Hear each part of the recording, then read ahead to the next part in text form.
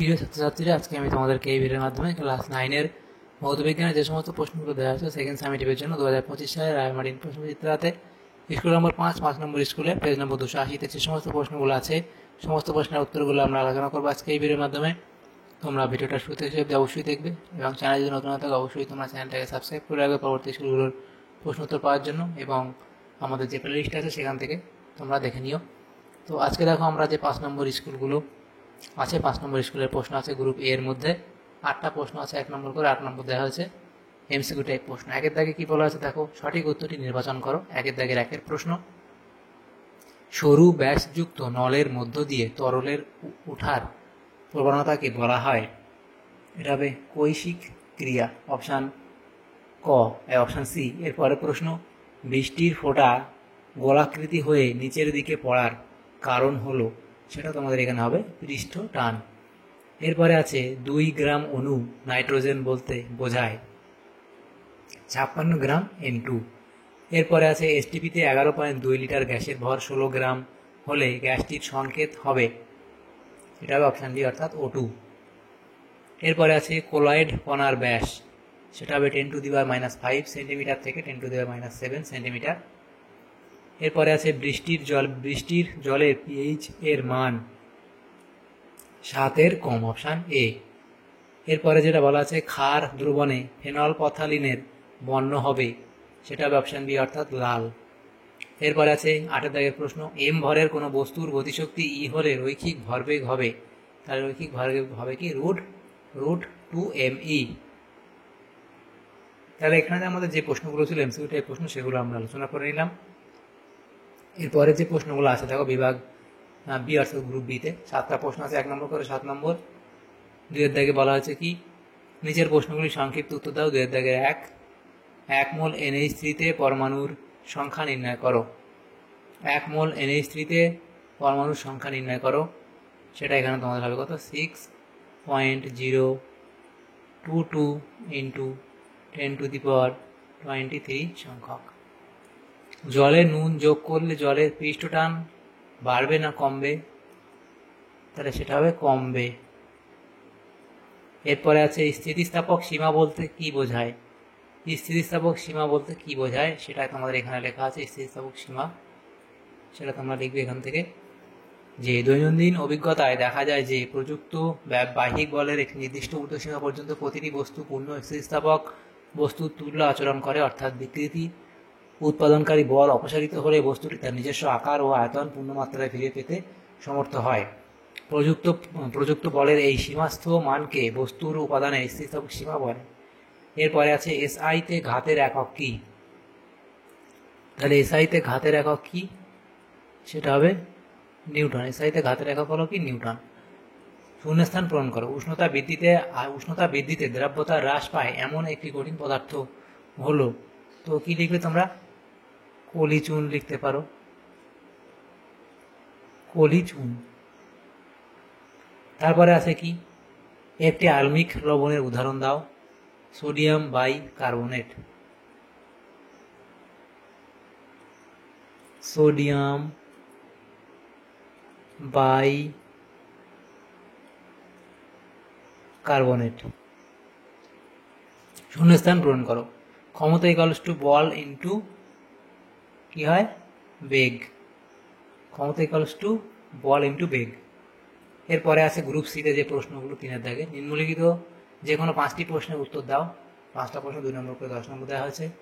3-এর দাগের 1, তরলের মধ্যে কোনো বিন্দুতে চাপের রাশিমালা প্রতিষ্ঠা করো। তো দেখো এখানে তরলের মধ্যে কোনো বিন্দুতে চাপের রাশিমালা প্রতিষ্ঠা করতে বলা আছে, সেটা তোমাদের এখানে করে দেওয়া হয়েছে, লিখে নিও। এরপরের প্রশ্ন 2-এর দাগে বলা হয়েছে কি, সেটা হচ্ছে গাণিতিক রূপসহ বার্নৌলির নীতিটি লেখো। তাহলে বার্নৌলি উপপাদ্য বলে পয়েন্ট করবে, সেখান থেকে এটা লিখবে যে তরল বা গ্যাসীয় পদার্থের গতির ক্ষেত্রে তরল বা গ্যাসীয় পদার্থের গতির ক্ষেত্রে শক্তি সংরক্ষণ সূত্রের পরিমার্জিত, এটা দেখবে রূপ ই হলো বার্নৌলি তত্ত্ব বা বার্নৌলি উপপাদ্য। এর বিবৃতিটি হলো, আদর্শ তরলের ধারারেখ প্রবাহের ক্ষেত্রে প্রবাহ রেখার যে কোনো বিন্দুতে একক আয়তনে বা একক ভরে তরলের গতিশক্তি, স্থিতিশক্তি ও চাপ শক্তির সমষ্টি ধ্রুবক। তো গাণিতিক রূপ কি? বার্নৌলির নীতির গাণিতিক রূপ হলো P+1/ρ। তারপর দেখো যেটা দেওয়া আছে ইকুয়ালস ধ্রুবক হবে, যেখানে পি হচ্ছে কি, রো হচ্ছে কত, প্রত্যেকটা এখানে মান, ভি এর মান দেওয়া আছে, কোনটা কি সেটা এখানে বলে দেওয়া হয়েছে। তো গাণিতিক রূপটা লিখবে। এরপরে দেখো 3 দাগে বলা আছে গ্যাসের মোলার আয়তন গণনার সময় নির্দিষ্ট উষ্ণতা ও চাপের উল্লেখ করা হয় কেন? তো এখানে তোমাদের দেওয়া আছে, দেখে নেবে। এরপরের প্রশ্ন 4 দাগে, সেখানে বলা আছে কি 40 ডিগ্রি সেন্টিগ্রেড উষ্ণতায় একটি লবণের দ্রাব্যতা 25, ওই উষ্ণতায় 400 গ্রাম জলকে সম্পৃক্ত করতে কি পরিমাণ লবণ প্রয়োজন হবে? তাহলে এর অঙ্কটা কি করে করবে? তাহলে কি 40 ডিগ্রি উষ্ণতায় লবণটির দ্রাব্যতা, 40 ডিগ্রি উষ্ণতায় লবণটির দ্রাব্যতা সমান সমান তোমরা লিখতে পারো কি 40 ডিগ্রি সেন্টিগ্রেড উষ্ণতায় সম্পৃক্ত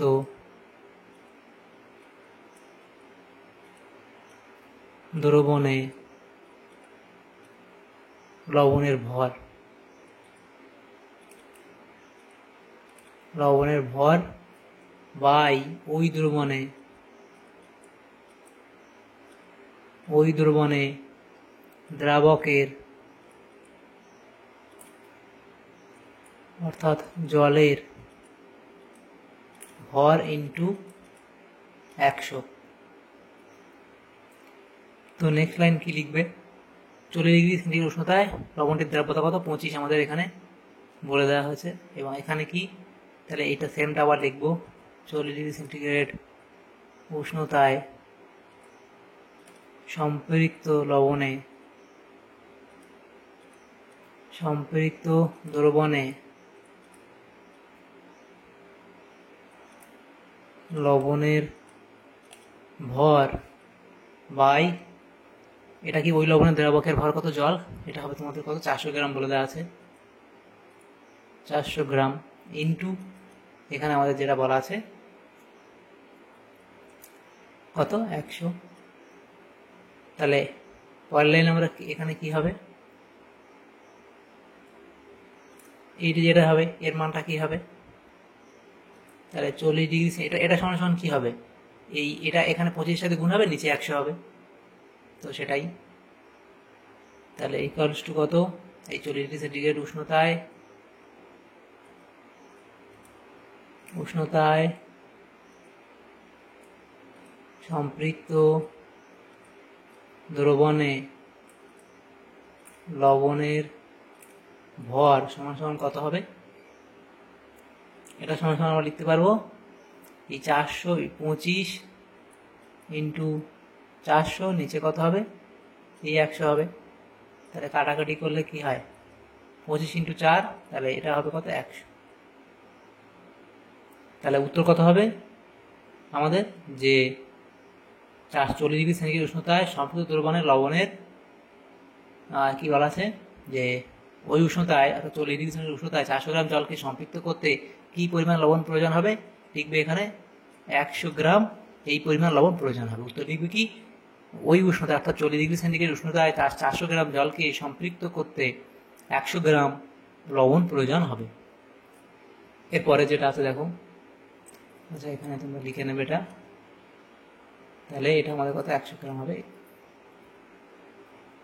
আমাদের দেখে প্রশ্নে বলা যায় কি সালফিউরিক অ্যাসিডকে রাসায়নিকভাবে কিভাবে শনাক্ত করবে, বিক্রিয়া সহ লেখো। তাহলে সালফিউরিক অ্যাসিডের শনাক্তকরণ সেটা লিখবে এবং এর বিক্রিয়া লিখে দেবে। একটি বস্তুর ভর 200 কেজি কত উচ্চতায় তুলতে বস্তুটির স্থির শক্তির মান 9800 জুল হবে? তাহলে স্থির শক্তির সূত্র কি জানি, P E equal to M into G into H, যেখানে এই পি সব ভ্যালুগুলো দেওয়া আছে, সেগুলো সূত্রে আমরা মান বসালে আমাদের উত্তর কত হবে, 5 মিটার। এরপরে দেখো গ্রুপ ডি যে প্রশ্নগুলো আছে, দেখো 5টা প্রশ্ন উত্তর করতে হবে, 3 নম্বর করে দেওয়া আছে, 15 নম্বর। দেখো 4 দাগের একের প্রশ্ন বলা যায় কি পৃষ্ঠটানের উপর বিভিন্ন বিষয়ের প্রভাব ব্যাখ্যা করো। তাহলে এটা হবে তরলের, লিখবে তরলের পৃষ্ঠটান নিম্নোক্ত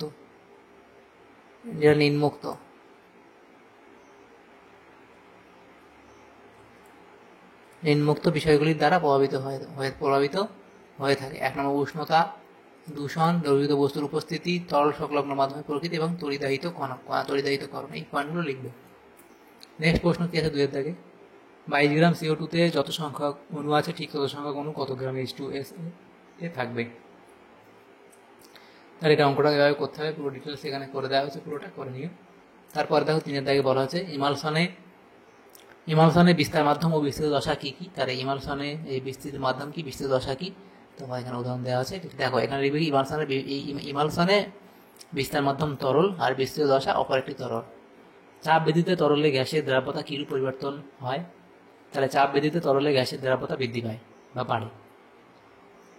অধর্মী অক্সাইড কাকে বলে। তাহলে অধর্মী অক্সাইড পয়েন্ট করে দিলে যে সকল অক্সাইড অ্যাসিড ও ক্ষার উভয়ের সঙ্গেই বিক্রিয়া করে লবণ ও জল উৎপন্ন করে তাদের অধর্মী অক্সাইড বলে। আর পরে লিখবে কি, উদাহরণ দিতে বলা হয়েছে এখানে, উদাহরণ দাও। উদাহরণ তোমরা দিবে জিঙ্ক অক্সাইড, অ্যালুমিনিয়াম অক্সাইড প্রভৃতি হলো অধর্মী অক্সাইড। এদের মধ্যে আর্মিক ও ক্ষারীয় উভয় ধর্মই বর্তমান। চাপ আছে, পরে আছে গাঢ় সোডিয়াম হাইড্রোক্সাইড দ্রবণে অ্যালুমিনিয়াম চূর্ণ মিশিয়ে উত্তপ্ত করা হলে কি ঘটে সমীকরণ সহ লিখবে। অ্যালুমিনিয়াম চূর্ণকে কস্টিক সোডার গাঢ় জলীয় দ্রবণ সংযোগে ফোটালে সোডিয়াম অ্যালুমিনেট এবং হাইড্রোজেন গ্যাস উৎপন্ন হয়। তার সংকেত এখানে এই বিক্রিয়ার যে সমীকরণ সেটা দেওয়া আছে, লিখে নিও। এরপরের প্রশ্ন আছে 5-এর দাগের প্রশ্ন। বলা আছে কি, অভিকেন্দ্র বল, কার্যহীন বল ব্যাখ্যা করো। সেটা তোমরা ব্যাখ্যা করবে, উদাহরণ দেবে। এরপরে আছে কি, সিরিয়াস পদ্ধতিতে কার্যের অভিকর্ষী একক কি। তাহলে সিরিয়াস পদ্ধতিতে কার্যের অভিকর্ষী একক হলো গ্রাম সেন্টিমিটার। এরপরে 6-এর দাগের প্রশ্ন, একটি হালকা ও একটি ভারী বস্তুর গতিশক্তি সমান, কার ভরবেগ বেশি হবে ও কেন। তাহলে ভরবেগ বেশি হবে, ভারী বস্তুর ভরবেগ বেশি হবে এবং কেন হবে। তো এখানে তোমাদের ডিটেলস দেওয়া আছে। দেখো এখানে কি, এখানে সমীকরণ দেওয়া আছে, কার ভরবেগ বেশি হবে সে কারণ নির্ণয় করা আছে ভরবেগ এবং ভারী বস্তুর ভরবেগ বেশি হবে কারণ এটা হবে। তো কেন, দেখো এই যে ভ্যালুগুলো দেওয়া আছে সেগুলো নিয়েই আমরা এখানে সমীকরণে বসাবো। এই সমীকরণটাতে এখানে ভ্যালুগুলো বসালাম, বসানোর পরে আমরা নির্ণয় করবো। দেখো এখানে আসবে কি, সেভাবে লিখবে যে ভারী বস্তুর ভরবেগ বেশি। এরপরে 2-এর দাগের প্রশ্ন ছিল, 10 গ্রাম ভরের একটি বুলেট 400 মিটার পার সেকেন্ড থেকে গতিশীল হলে বুলেটের গতিশক্তি কত হবে। তাহলে দেওয়া আছে ভর 10 m = 10 গ্রাম, সেখানে আমরা কেজিতে নিয়ে গেলাম। বেগ হচ্ছে v, 400 মিটার পার সেকেন্ড বলা আছে। সূত্র কি, গতিশক্তির কাইনেটিক এনার্জি = ½ m × v²। তাহলে এখানে ½ m এর জায়গায় বসালাম m এর মান, v এর জায়গায় বসালাম এটা, তাহলে ক্যালকুলেট করলে কত হবে 800 জুল। তাহলে দেখো আমাদের এখানে যে প্রশ্নগুলো ছিল ক্লাস 9-এর ভৌতবিজ্ঞানের সেকেন্ড সামেটিভের জন্য ভৌতবিজ্ঞানের, দেখো আমাদের এটা কত নম্বর স্কুল ছিল, 5 নম্বর স্কুলের যে প্রশ্নগুলো ছিল সমস্ত প্রশ্নের উত্তর আমরা আলোচনা করলাম আজকে এই ভিডিওর মাধ্যমে। তোমাদের যদি সামান্যতম উপকার এসে থাকে ভিডিওটা, অবশ্যই একটা লাইক করবে আর বেশি বেশি করে বন্ধুদের সাথে শেয়ার করবে। আর পরবর্তী স্কুলগুলোর যে প্রশ্ন আছে সেগুলোর উত্তর পাওয়ার জন্য অবশ্যই তোমরা আমাদের চ্যানেলটাকে সাবস্ক্রাইব করে রাখবে। Thank you, thanks for watching.